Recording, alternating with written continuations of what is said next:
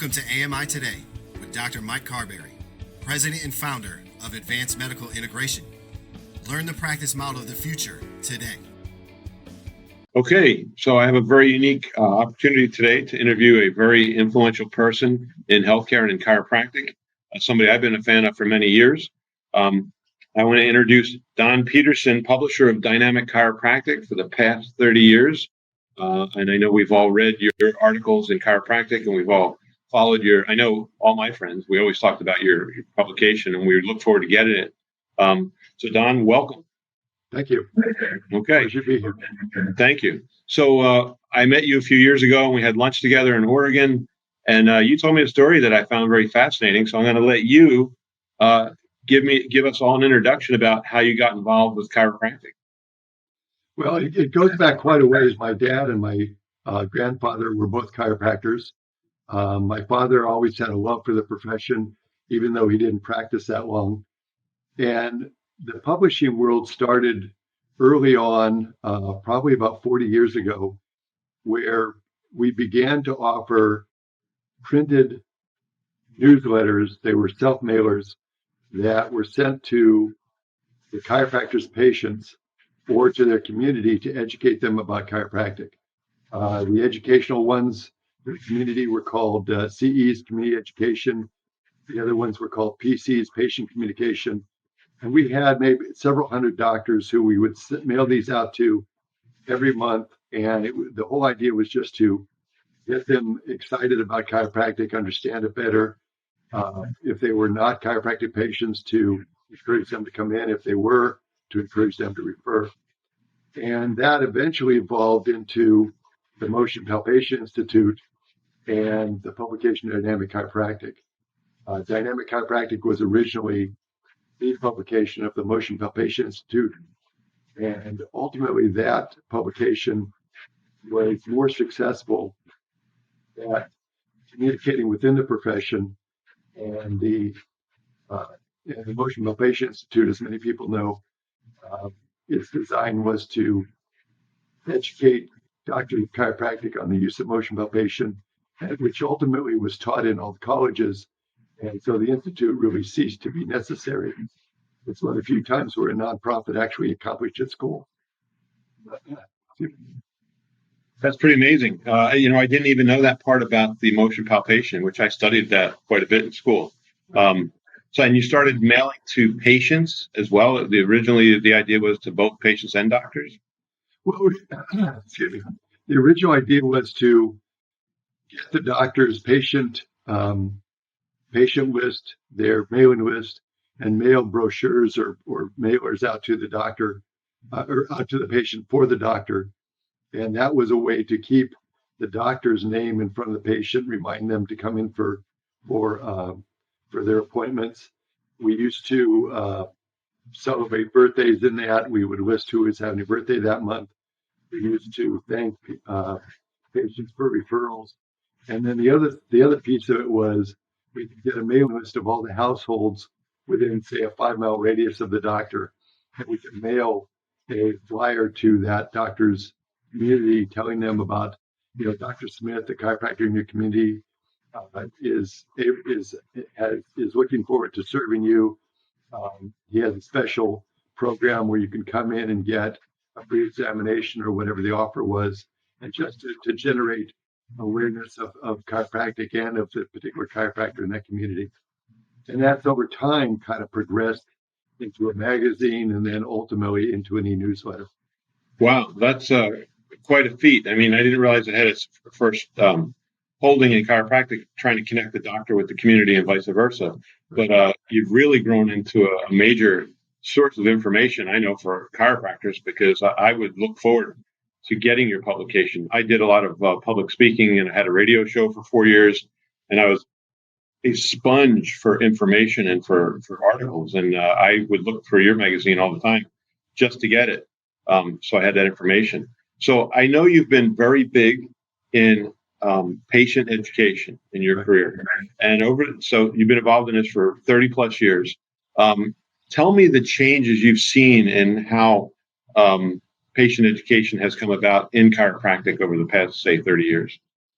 Well, our journey has been an interesting one because we started with the self mailers, if you will. We then moved eventually into what we call the To Your Health newsletter. It was a magazine. It started out as a magazine, and that magazine was sent to doctors of chiropractic.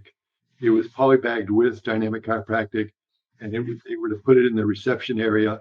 And that was a way to just compete with the drug ads that were in all the magazines. The average doctor, I don't think, realizes that almost 2/3 of the drug companies, um, their the money they spend on advertising is spent in magazines. I mean, it's spent in television, but the other third is spent in magazines. And so I don't care what magazine you put in your reception area, it's got the drug ads in it. And so I know that. I know that's true. We tried one time to eliminate all the magazines from our office that had drug ads in it. There was nothing left. no, there isn't. Your publication was there. They do a great job of covering the space. And what most doctors don't think about is they may be addressing a complaint that the patient has, that the patient is about to read about a drug that will address the same complaint before they go in to receive care from their doctor. And Right. so we wanted something else that didn't include that. And that was kind of the first step. We then eventually, patient communication, patient education moved into digital. That was important. I think that every doctor should be sending an email once a month to their patients, because a patient who doesn't understand chiropractic, doesn't appreciate chiropractic, is never going to refer. And if you don't take the time, and most doctors don't have the time to educate a patient when they're in the reception area or when they're seeing the patient face to face for care, what are you going to do? So an email is almost a must. Yeah, I agree with Now we're moving a bit forward than that. The changes are now there's apps that are available. There's a couple of companies that have an app that you can have that keeps your patient aware. Many of them center around maybe appointments, but some of them have an educational aspect. There's digital signage has been around for a while.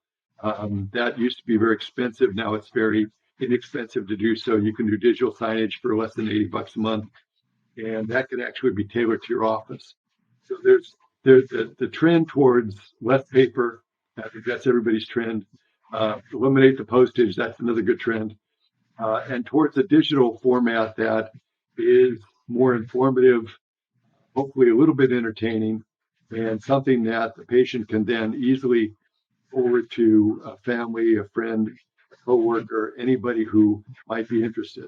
I know when we have a program called the To Your Healthy newsletter that we do for doctors, and we saw a lot of doctors pick up subscribers to their e-newsletter that we sent for them because the emails were forwarded. And it would be interesting. You see a doctor in Denver, and suddenly they'd pick up a subscriber in New Jersey.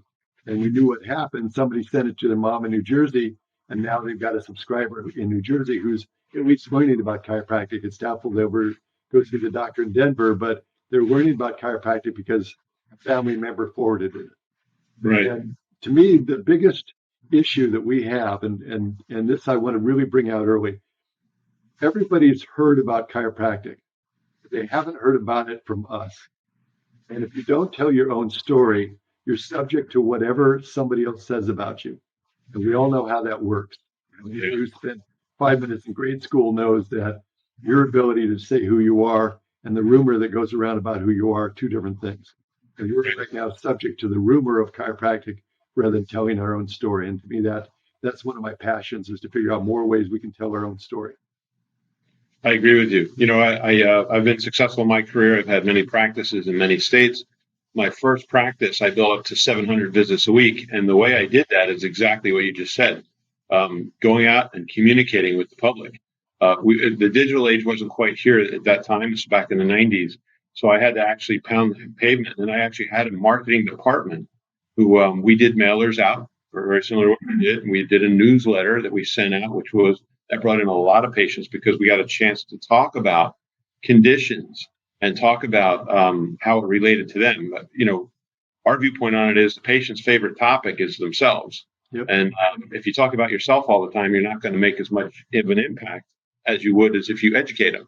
because when you educate them, they apply that material to themselves and they realize maybe I don't need this bad hip, or maybe my knee could be fixed. Maybe it is related to my back. And, doing that is what has given me the success over the years. I know that we're very big now on capturing email addresses. Even when we go to an event, if somebody doesn't sign up, if they fill out paperwork, we ask for an email address. We ask if we can send them information.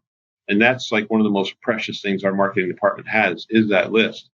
But it has changed more recently in the last few years. Social media has impacted us quite a bit. I'm talking about things like Facebook, Twitter. What's your impression of that? And do you do anything with that? Do you recommend anything with that? Well, you have to. I mean, I know most doctors don't like social media. They're afraid of it. They don't understand it. They don't find it relevant. But there's a reality here, and that is that today, if I am looking for a place to go, and normally it's a restaurant, but it could be any type of business, I'm going to social media first. I'm a Yelp user. I go there. I'm looking for a mom and pop pizza place because I'm tired of the standard pizza places, and I eat pizza about twice a year. And when I do, I want it to be good pizza. I'm going to Yelp for that. Doctors who aren't involved in the two aspects, I think, of social media. One is communicating through Facebook. It's kind of an old person's medium right now, but you can do that. You can work with Snapchat or any of the other ones. But social media is a must. You've got to be communicating. It doesn't have to be anything brilliant. It just has to be consistent. What I encourage doctors to do is think about the best conversation you've had in the last 2 days with a patient and reenact that conversation for on your social media post. Whatever that great conversation was with a patient, you got it, where you were explaining a problem with their back or their hip or whatever, reenact that conversation. The other part is the reviews. If you don't have your patients review, if you're not encouraging that to happen, then it's a blank slate. And anybody who depends upon reviews to make decisions isn't going to come see you because there are no reviews. Get your patients to review, get them to tell the good stories. A patient comes to you and says, "Well, doc, that really helped." 3 days later, I'm completely pain-free. Ask them to put that either on your website, if your website can handle reviews, but more importantly on Yelp and some of the other review sites, so that you can have something in there where if I'm a person who just moved into the community, I'm looking for a doctor of chiropractic, I want to be able to know that Mrs. Jones had a situation just like mine and she found relief after a few visits. And those are the kinds of stories you're looking for. Yeah, I agree with you. We have systems in place in our clinics where we capture email address identities, and we're the difference between, I guess, like a texting forum, which we have. I mean, that's very important because people will answer text before anything else. So when we confirm appointments, we're reaching out, we're doing it all through text. But you can't educate so much on a text. You can reinforce education, but you can't actually educate. And that's why a social media platform is really good. And we also do the education in the office. But I agree with what you're saying. I told you this before, but I just want to remind you that I was trained. I have a degree in marketing. I worked for a company called Dun & Bradstreet when I first got out of school, and was trained in advertising. And everything you're saying, even though the mediums have changed over the years, but everything you're saying, the principles are very sound business-wise. So I can see why you've been so successful. So give me a great example of patient education that you've either seen or done, and it can be from the past, the present, whatever you want to talk about. What's one of the things that really popped out at you as a great way to educate? I like patient education that is more personalized to the doctor's style. And you can do that a couple different ways. But to me, people want to hear from the doctor. They want to feel that they're talking with the doctor. It's great if you hand out an article that you saw, maybe you photocopied, download, you printed out, you hand out to the patients. That's great stuff. But at the end of the day, I think hearing from your doctor is what people are looking for. They came in to see the doctor. They want to hear from the doctor. So to me, any style, whether it is a video, whether it's a email, whatever it is, to me, the personalization with the doctor is key. And so to me, I'm not as much interested in content and format as I am making it something very personal from the doctor. I feel like that relationship is what you're really building on. Yeah. Well, for me, that was also true, but I know that my personality couldn't reach as much if I wasn't confident in what I was saying. And that's why I liked your publication so much. I got the data that I needed to reinforce my beliefs and understanding so I could then convey that to the patient. Right. And I've noticed certainty in the practitioner certainly conveys over to more compliance by the patient and better outcome for the patient. So I agree with what you're saying. So you've been have your pulse on chiropractic and education in chiropractic and being able to communicate with the public. What are you working on right now? What ideas that you can share with us that you're buzzing with right now? Well, one of the things we've been doing forever is the To Your Health e-newsletter, and it has a website, toyourhealth.com. If any doctors want content, if they're looking for content, go to that and reference it. We've done a lot of really short, patient-friendly articles. You can look at those, get ideas, and use that for your content. What we're working on right now, though, is in the reception area. In the last 20 years, life has gotten very busy. The average patient is not spending that much time with their doctor. They're expressing their complaint, they're getting adjusted, whatever else is happening in my nutritional nature, and they're out the door. So what we've been working with is we partnered with a company called RidgeLogic, and they handle all the digital signage in most of the banks. And we put together a digital signage program called Go Chiropractic TV, and that allows the presentation to be personalized to the doctor's practice. What you do is what they see, and it's entertainment. It's really what we call edutainment. It's educating as it entertains. It's got nice little, 15-second presentations. It's about chiropractic. We have a tagline that we constantly use saying, someone you know needs chiropractic. An athlete you know needs chiropractic. A child you know needs chiropractic. A senior you know needs chiropractic. The idea is you're sitting in the office, you clearly believe in chiropractic, you use it to maintain your health. Who else in your world needs chiropractic that you should be bringing the next time you show up? So we're pushing that side of the equation. And then the other side is simply expressing what the doctor focuses on. If they're involved in sport, we include some of that information. If they're involved in nutrition, we include that, orthotics, whatever you want to name. And the idea is to get the patient to learn, be entertained a little bit, and then bring home the message so they can communicate it to the people they know. The best compliment we've gotten, and we've gotten this over and over again, is doctors will tell us, it's strange. My patients will come in to see me, get adjusted, and then they'll go back out to the reception area and sit down and finish watching the program. And the programs, the loop may be 8 to 10 minutes long, but the patients that, maybe the doctor's moving quickly and they've only saw the first 2 minutes, they'll go back out and watch the rest of it. And it demonstrates the ability to visually get people to pay attention. I don't know why, but a TV set is the third person in the room that's talking. And right. Everybody listens to that TV set, whether they like it or not. Right. Even if it's silent, they still watch it. Even if they're on their phone, even if they're texting, whatever they're doing, we watch them do it. Their eyes go up and down. They watch, and then they go back down. They watch, and they go back down.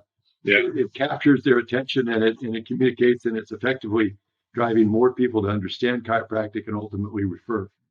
Right. I agree. And, if you put that in your waiting room, you shared that idea with me last year. It's a brilliant idea. Putting that in your waiting room, if you have patients waiting, it makes the wait more bearable. There's nothing worse than sitting in a room waiting for somebody and nothing's happening. And then, go ahead. Okay.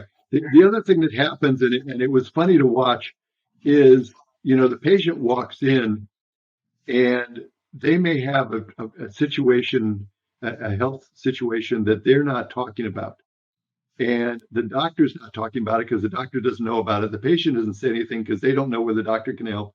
So the whole conversation never takes place.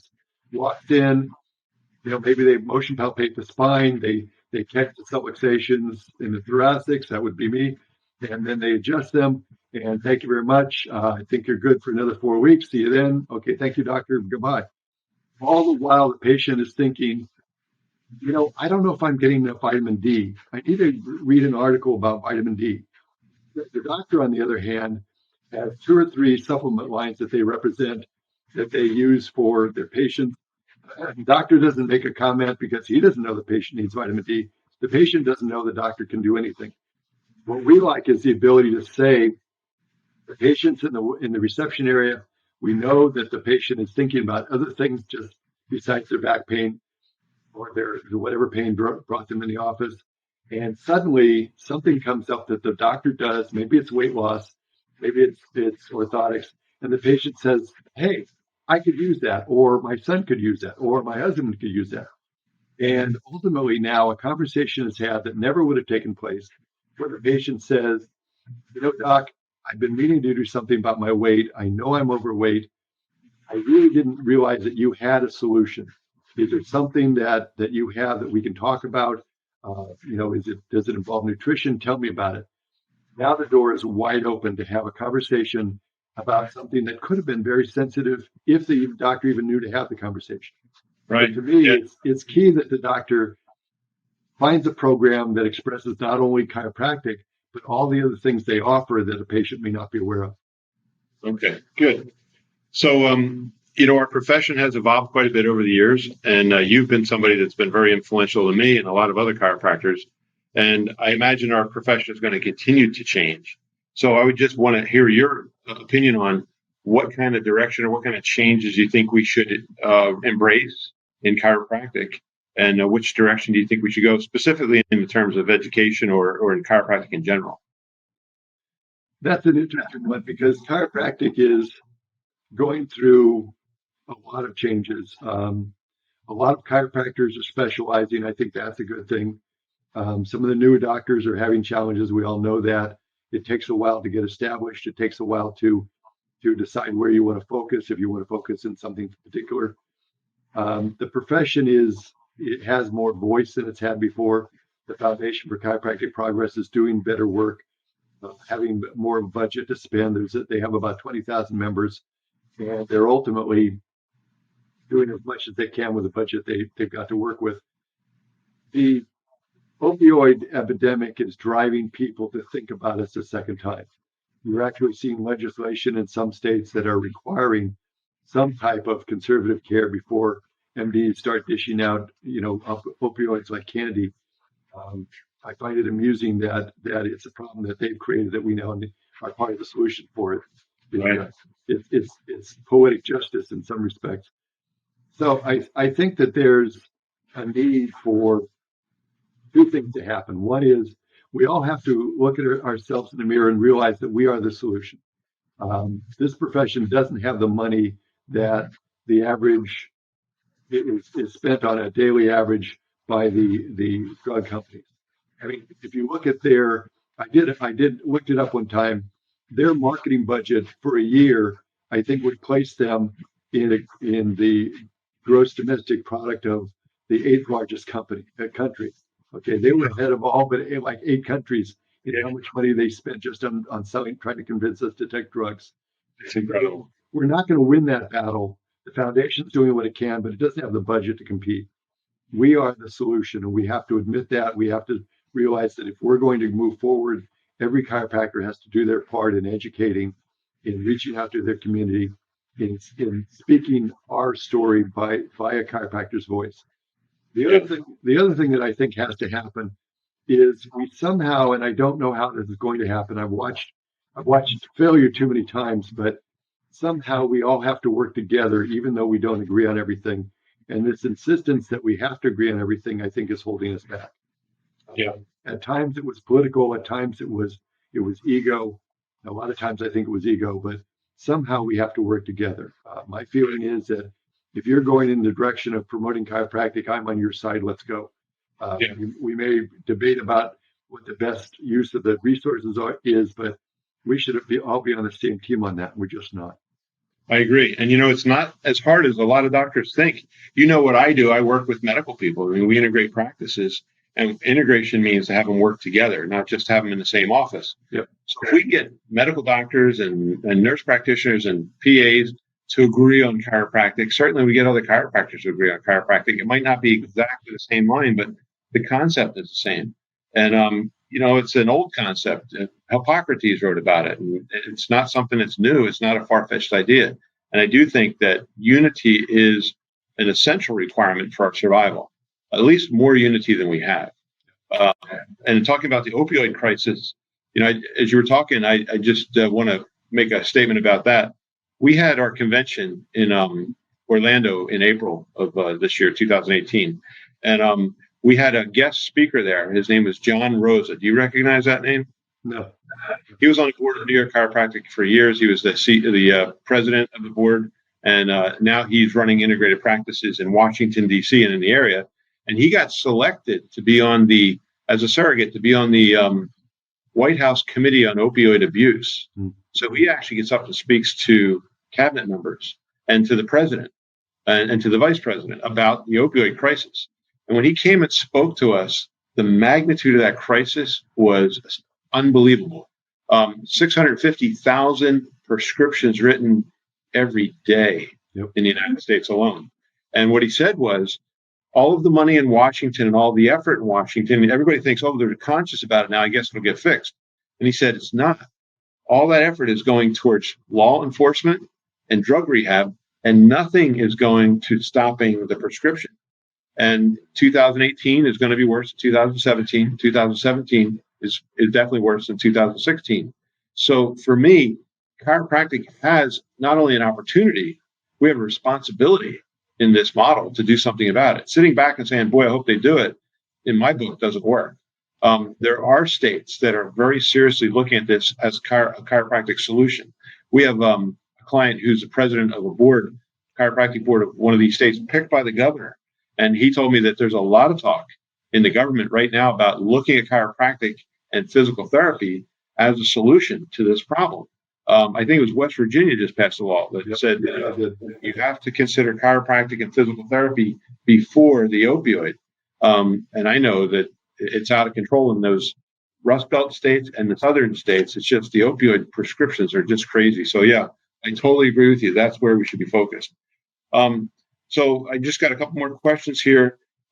We talked a little bit about patient education, and we dabbled with it, but tell me your viewpoint on lunch and learns, or the doctor going out and having a lunch talk for a business or for a group. Do you have any experience with that and any opinions on that? Well, there's an issue here that has always prevented chiropractic from going forward, and that is that we're a profession that has a reputation but no face. And so to me, whenever a doctor gets out of their office and becomes the face of chiropractic, because no longer are MDs, you talk to the average MD, they're aware of chiropractic, they know it has some benefit. We've got enough studies to convince them of that. And now they're looking for the right chiropractor or a good chiropractor. It's a classic comment. We know we want chiropractic, we just want to know how to find the right chiropractor.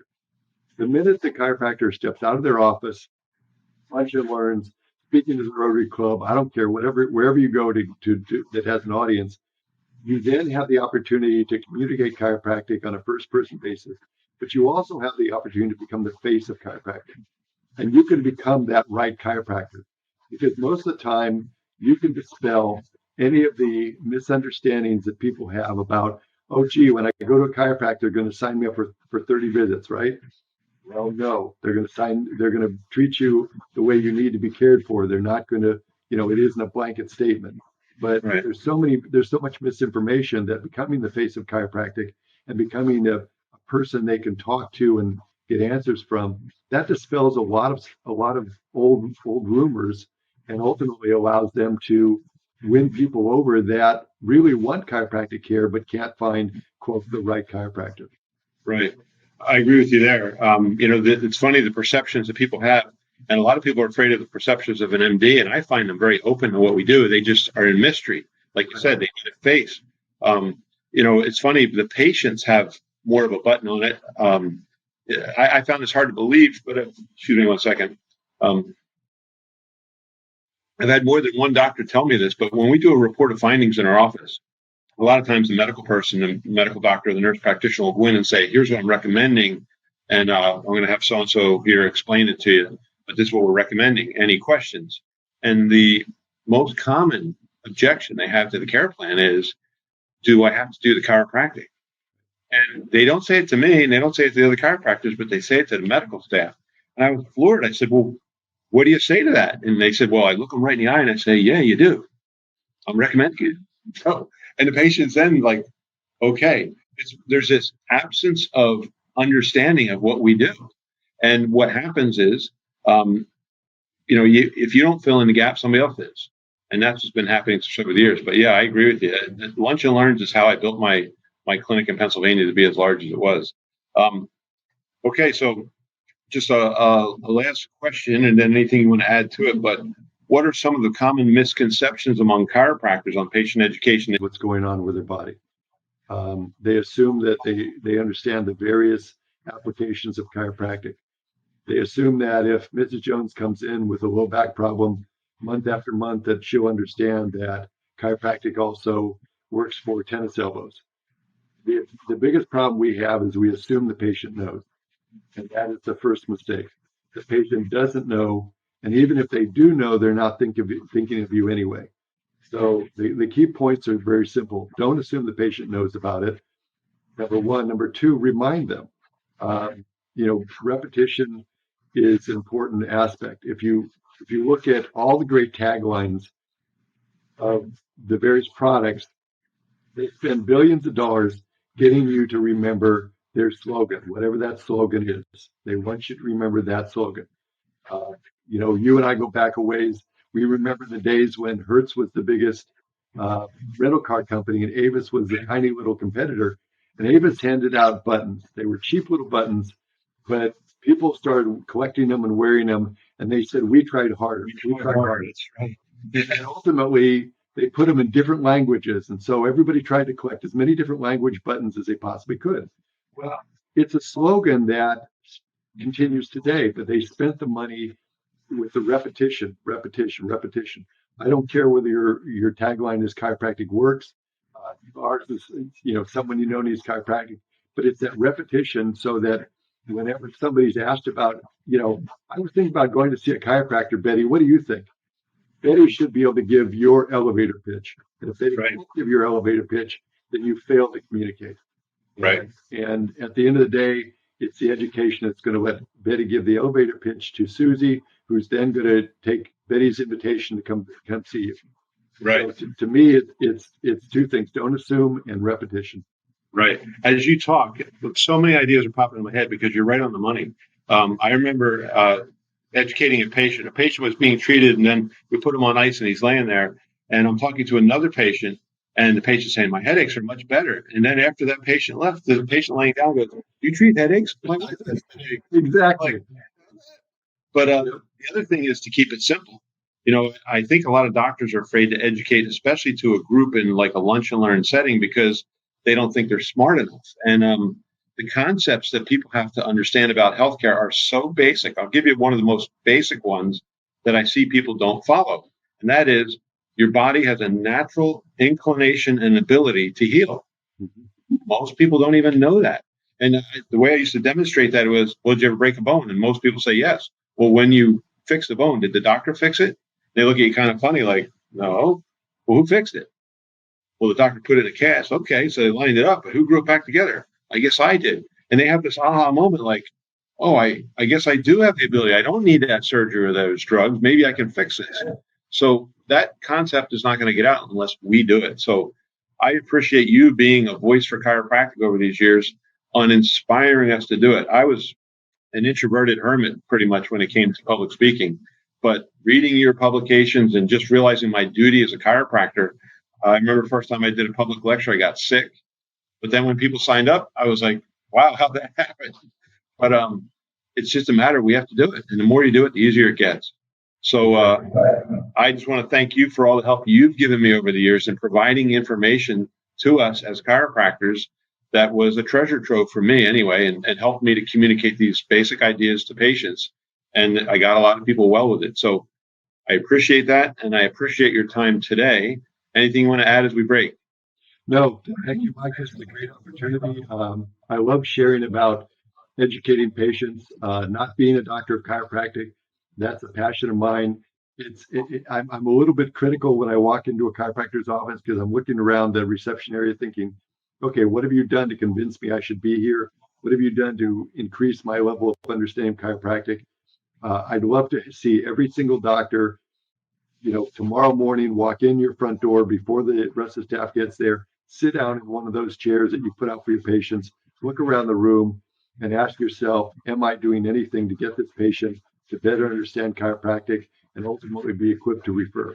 If the answer is no, then they need to do a makeover in the reception area, whatever that means. Don, I really enjoy speaking with you. I always get something great out of it. Pleasure to see you again. I hope it's not so long in between the next time you and I meet. Thank you so much, Mike. Thank you. Have a great day.